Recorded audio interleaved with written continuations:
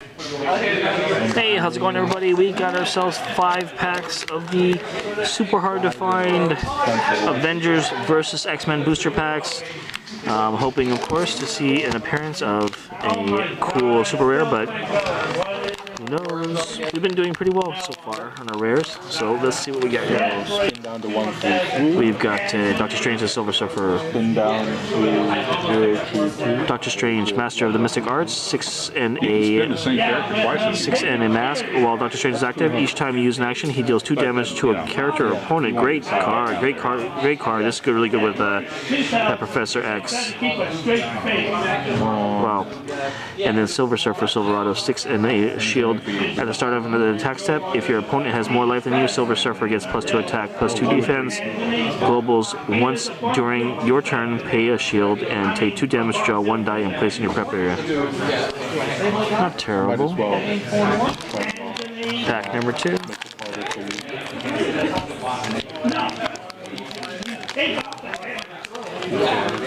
Oh no. Cool, I don't see too many of the, Nightcrawler, so it is? Nightcrawler abandoned, 4 and a fist. At the end of the attack step, knock out 1 character that blocks Nightcrawler. Cool. And then Dr. Octopus, Megalomaniac, 6 and a shield for villain character. When Dr. Octopus assigns to attack, target an opposing character, that character cannot block. Alright, pack number 3, come on now.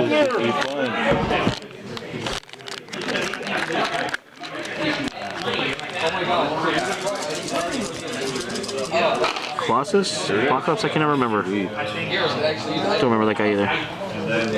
Bam. Colossus is Colossus. Russian Bear, 7 and fist. X-Men.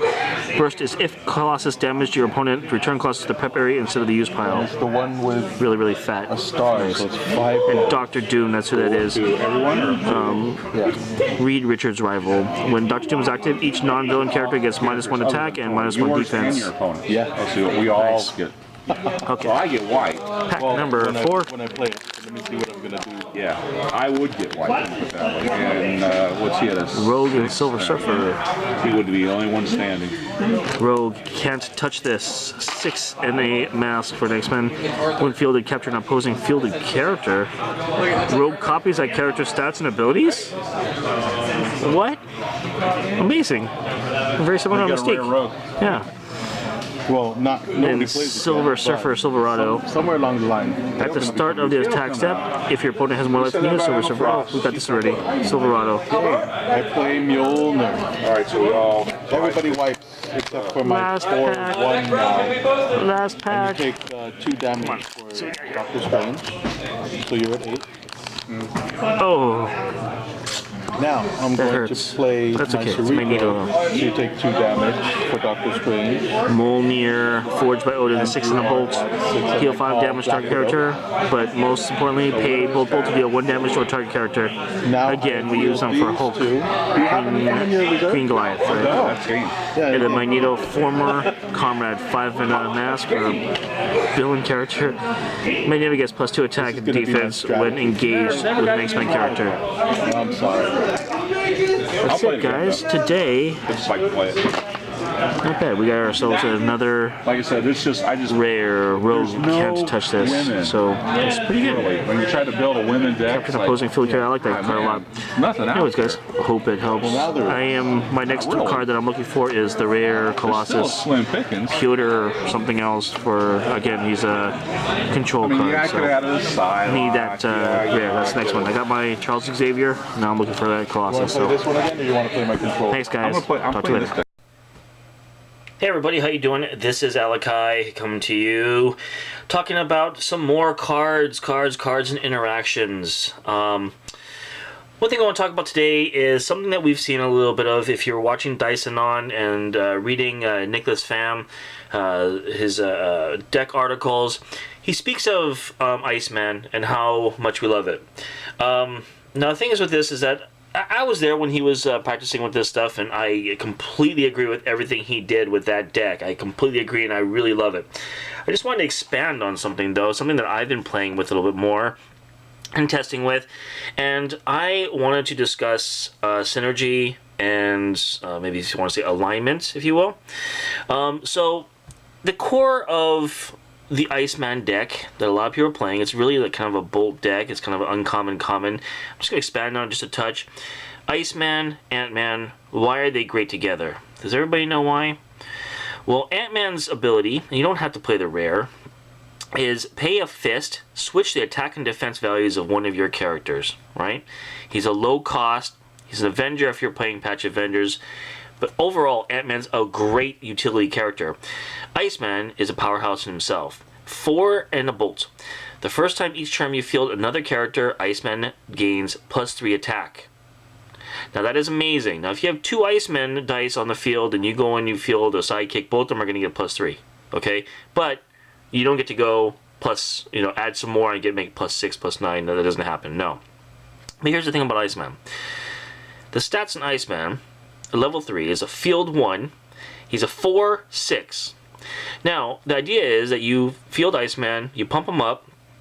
You field Iceman, you hit him with the Ant-Man Global, which switches the attack value. So now the level 3 is a 6/4. And then you field something for +3 and you give him 9. That means he's swinging in for 9. This is a potentially 9-hit character at a cost of 4 bolt. That's amazing, right? Even if you are at level 2, guess what? The attack value, the defense value is 6. Attack is lower, it's 3. Defense is 6. But with Ant-Man, it's the same. That means at level 2, you're still hitting for 9. What? At level 1, you're hitting for 7. It's a 2/4. All of them have a 1 field cost. Bolt character, amazing. And he works really good with Ant-Man. Well, as we're talking here, I introduce you to something else. My favorite card of Yu-Gi-Oh! And this is different than the Morphing Jar. So Morphing Jar is a great utility card. This is my favorite character. I really, really love him. And I'm going to tell you why. Blade Knight Solo Act. When this monster attacks alone, any damage it deals in excess of the defense of its blockers is dealt to your opponent. So in Magic terms, this is Trample. In Dice Master's turn, this is Overcrush. And he's got level 3, he's a 2-field 5/4. Now, he doesn't seem very, very much on his own, right? But what he does potentially do is gets around some of these sidekick blockers or the chump blockers, and he's forcing your opponent to either take direct damage or to double block, which then can cause him to knock out guys. Well, he's only a 3 cost. So having that potential opportunity to get in over damage or over crush or trample or what you will over some of the chump blockers is really valuable. Being he's at a 4 defense, that makes him even better because you have to have a double blocker or you have to have some kind of 5/4 attack creature to block him to protect yourself from the trample effect. That's great, but what happens if you were to mix something like this in there? And there's 2 cards that I know of right now. Invulnerability has it, and also Enrage. Pay a bolt. Pay a bolt. 1 target character gets +1 attack. Wait a minute. Okay, so let's go over that again. Let's talk about synergy. And this does not necessarily pertain to only these 4 cards. Iceman, Bolt character. If you don't roll him as a character, you're going to get bolts. You can fund your invulnerability. Blade Knight's a fist character, and he goes right along with the Ant-Man, and they're both 3-cost fist characters. Wonderful. Now, Ant-Man himself is also a utility character that he's going to go and be able to switch these guys around. But if you need to, you can also activate invulnerability and have Blade Knight attacking alone. So, Blade Knight, invulnerability, awesome. Fist, Bolt, Iceman, Ant-Man, another handshake. We got Fist and Bolt. Pay a fist, and also you get attack and defense values of one of your characters. Now, I consider this to be great synergy. Awesome times. So, guys, take a look at this. Let me know what you think. Go ahead and comment below. Talk to you soon. Hey everybody, it's Alakai. I'm here to talk about a card that I spoke of earlier, Morphing Jar. Now that we've had Yu-Gi-Oh! Out for a little bit of time, I've had plenty of time to play with them, and just kind of wanted to talk about some of my thoughts. So, Morphing Jar, 1 mask for some great stats, right? You have 021, 022, 143. Now, Morphing Jar in itself is a wonderful character. He's really, really good.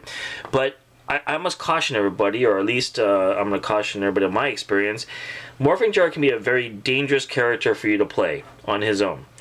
I'm going to talk about the benefits and then what I've seen and what I've experienced. Okay, so Morphing Jar is great.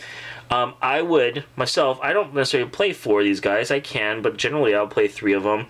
And in the very beginning phases of the game, I try not to take too many. Now, if I can get the perfect roll, all of us are looking for that perfect roll of like 3 masks or the question marks, and I've got no other funding, and I just want to go in there and swing all out attack. And if my idea is just to get in the aggro, if I see somebody using a control deck, I'm trying to get as many of him on the floor as I can so I can just attack before they get the ramp up, right?